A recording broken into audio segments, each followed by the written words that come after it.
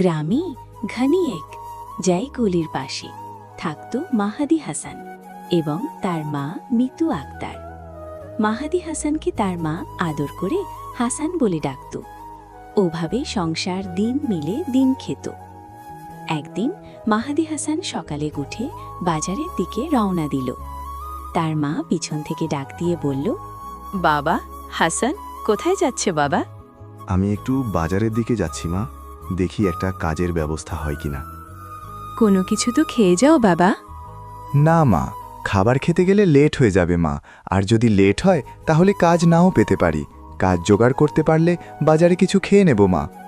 ঠিক আছে বাবা, দেখে শুনে যেও, আর মনে রাখিও বাবা, কাউকে মিথ্যা কথা বলে কাজ নিও না, আর সব সময় আল্লাহর ওপর ভরসা রাখবা, তাহলে কখনো বিপদে পড়বা না বাবা। ঠিক আছে মা।